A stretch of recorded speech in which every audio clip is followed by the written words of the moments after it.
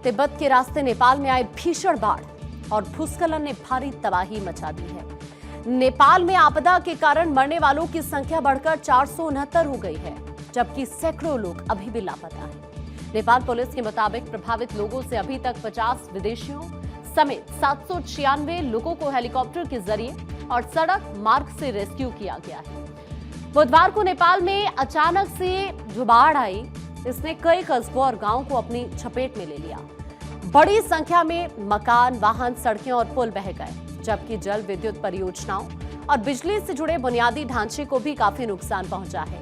नेपाल के अधिकारियों के मुताबिक करीब 910 लोग अभी भी लापता हैं। सुरक्षाकर्मी और बचाव दल कीचड़ और मलबे से भरे नदी क्षेत्रों में लापता लोगों की तलाश कर रहे हैं। वहीं बड़ी संख्या में लोग अस्पतालों में अपने परिजनों की जानकारी लेने पहुंच रहे हैं।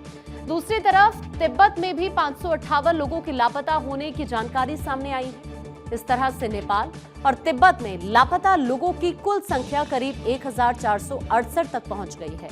इस आपदा का इम्पैक्ट नेपाल में मौजूद भारतीय नागरिकों पर भी पड़ा है। भारत के विदेश मंत्रालय के मुताबिक करीब 290 भारतीय नागरिकों से अभी संपर्क नहीं हो पाया है। उनका पता लगाने और उन्हें सुरक्षित निकालने के लिए तत्काल प्रयास किए जा रहे हैं। विदेश मंत्रालय ने यह बताया कि अभी तक 84 भारतीय नागरिकों को बचाया जा चुका है।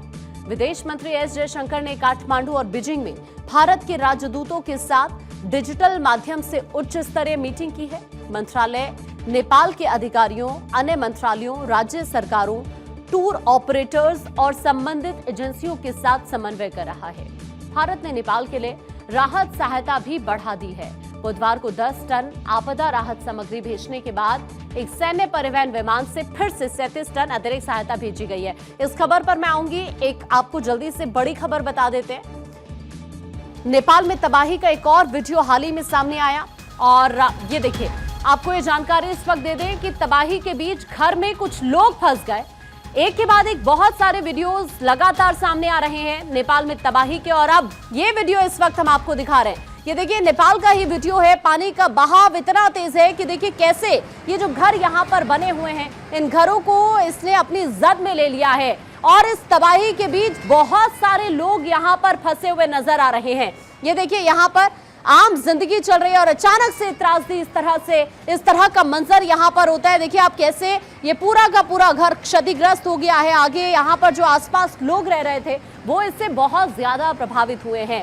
इस पूरी तबाही के बीच में ये एक और वीडियो इस वक्त हम आपको वॉल पर दिखा रहे हैं। आप देख सकते हैं चारों तरफ यहाँ पर जो आसपास लोग रह रहे थे, आम जिंदगी यहाँ पर नॉर्मल जैसे उनका हर रोज डेली रूटीन होता है, ठीक वैसी, और इस बीच ये आपदा यहाँ पर आती है जो अपने साथ कई सारी जिंदगियों को ले जाती है। चारों तरफ अब यहाँ पर मलबा ही मलबा नजर आ रहा है।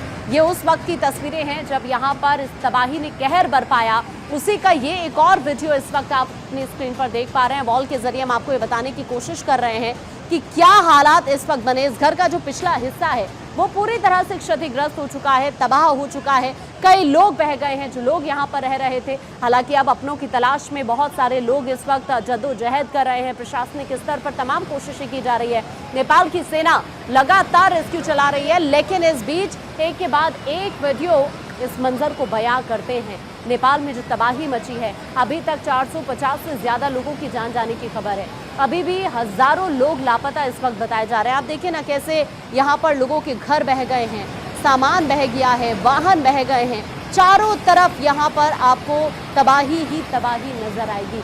कई घर बुरी तरह से यहाँ पर क्षतिग्रस्त हो चुके हैं। इस तरह के हालात हैं।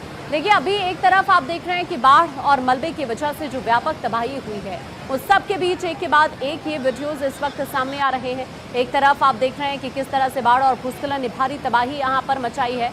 आपदा के कारण मरने वालों की संख्या 469 अभी तक हो चुकी है। सैकड़ों लोग अभी भी लापता हैं। एक बार आप जरा इस वीडियो को सुनिए।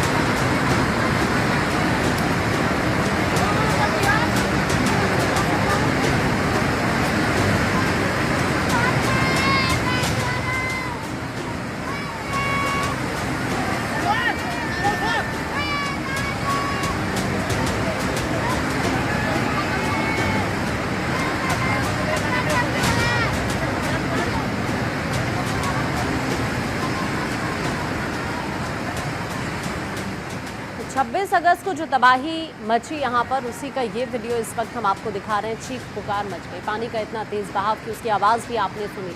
कैसे कई सारी जिंदगियों को अपने साथ बहा कर ले गया है, लोगों के आशियाने उजड़ गए हैं। इस तरह के हालात यहाँ पर बने हैं। हालांकि रेस्क्यू अभी चल रहा है कई इलाकों में, लेकिन चारों तरफ ये तमाम वो इलाके हैं जो इस वक्त बहुत ज़्यादा प्रभावित हैं। इस तरह के हालात यहाँ पर बने हैं, वो ये तस्वीरें बयां करती है। मलबा ही मलबा कई जगहों पर इस वक्त नज़र आ रहा है। देखिए, जब नेपाल की हम बात करते हैं तो यहाँ पर जिस तरह की सिचुएशन बनी, उसके अब एक के बाद एक वीडियोस काफ़ी वायरल हो रहे हैं और वही वीडियो इस वक्त आप देख रहे थे। और अभी हालांकि रेस्क्यू चल रहा है। अभी हाल ही में जो रेस्क्यू ऑपरेशन किया गया उसमें करीब 61 भारतीयों का रेस्क्यू किया गया, लेकिन अभी भी 289 ऐसे भारतीय हैं जो लापता बताए जा रहे हैं। और जो विदेशी नागरिक हैं उनमें सबसे ज्यादा संख्या भारतीयों की ही है जो लापता है। खैर, आगे बढ़ते हुए कुछ और खबरों का रुख करते हैं, व्हाट्सएप पर लिए चलते हैं आपको। अब बात करते हैं नेपाल की ही। देखिए, नेपाल में चीन सीमा के पास जो भीषण बाढ़ आई, इसके बाद अब एक और बड़ा खतरा मंडरा रहा है। नदियों के रास्ते में पानी रुकने से एक बड़ी बैरियर झील बन गई है, जिसमें लगातार पानी बह रहा है। चीन के जल संसाधन मंत्रालय ने चेतावनी दी है कि आने वाले दिनों में इस झील के टूटने का खतरा बहुत ज्यादा है।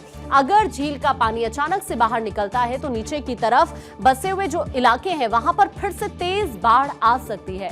चीन के मुताबिक गुरुवार सुबह तक इस नई झील में करीब 20 लाख क्यूबिक मीटर पानी जमा हो चुका था।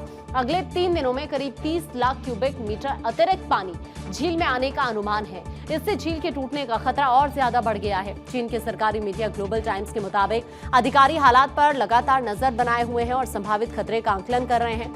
अब बताया ये भी जा रहा है कि ये झील नेपाल में छोचेन खोला और साथ ही प्योरपू तस्पांगो नदी के संगम के पास बनी हुई है। दोनों नदियां तिब्बत से निकलती हैं और नेपाल में प्रवेश करने से पहले आपस में मिल जाती हैं। नेपाल में आगे चलकर इस नदी को बोटेकोशी के नाम से जाना जाता है। बोटेकोशी त्रिशूली नदी की प्रमुख ऊपरी सहायक नदियों में से एक है और ऐसे में अगर बैरियर झील टूट जाती है तो बड़ी मात्रा में पानी अचानक से नदी में पहुंच सकता है, जिससे नदी के किनारे बसे लोगों और साथ ही जो यहाँ पर तमाम इलाके हैं, बुनियादी ढांचे हैं, उनको बहुत ज्यादा नुकसान का खतरा है। चीन का जल संसाधन मंत्रालय झील की स्थिति की लगातार निगरानी कर रहा है और साथ ही अधिकारियों की तरफ से भी पानी के संभावित बहाव का सिमुलेशन किया जा रहा है, ताकि ये पता लगाया जा सके कि झील टूटने की स्थिति में पानी किस दिशा में और कितनी तेजी से आगे बढ़ेगा। संभावित बाढ़ की स्थिति से निपटने के लिए राहत और बचाव अभियान की तैयारी भी की जा रही है।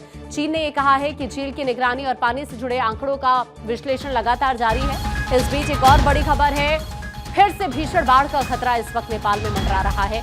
चीन ने झील फटने की पुष्टि की है, जिस बारे में हम आपको देखिए अभी अपडेट भी कर रहे हैं। झील फटने से बढ़ रहा है नदियों का जल स्तर। सुरक्षा कर्मियों को तुरंत अलर्ट जारी कर दिया गया है। एक तरफ आप देख रहे हैं कि लगातार लोगों को शिफ्ट किया जा रहा है इन इलाकों से जो इस वक्त सबसे ज्यादा प्रभावित इलाके हैं और जहां पर खतरा ज्यादा है, तो दूसरी तरफ इस वक्त सेना भी अलर्ट मोड पर आ गई है। हालांकि अभी चीन की तरफ से एक बार फिर से यहां पर चेतावनी जारी की गई है और चीन ने यह अलर्ट ऐसे वक्त पर जारी किया है जब नेपाल में आई त्रासदी को लेकर चीन की भूमिका पर जरूर इससे पहले सवाल उठे हैं। हालांकि अभी फिलहाल लोगों से सुरक्षित जगहों पर जाने के लिए लगातार अपील की जा रही है, क्योंकि एक बार फिर से भीषण बाढ़ का खतरा इस वक्त यहां पर नजर आ रहा है। और चीन ने हाल ही में एक और झील फटने से यहां पर जो तबाही को लेकर संभावना है उसका जिक्र करते हुए अलर्ट जारी किया है।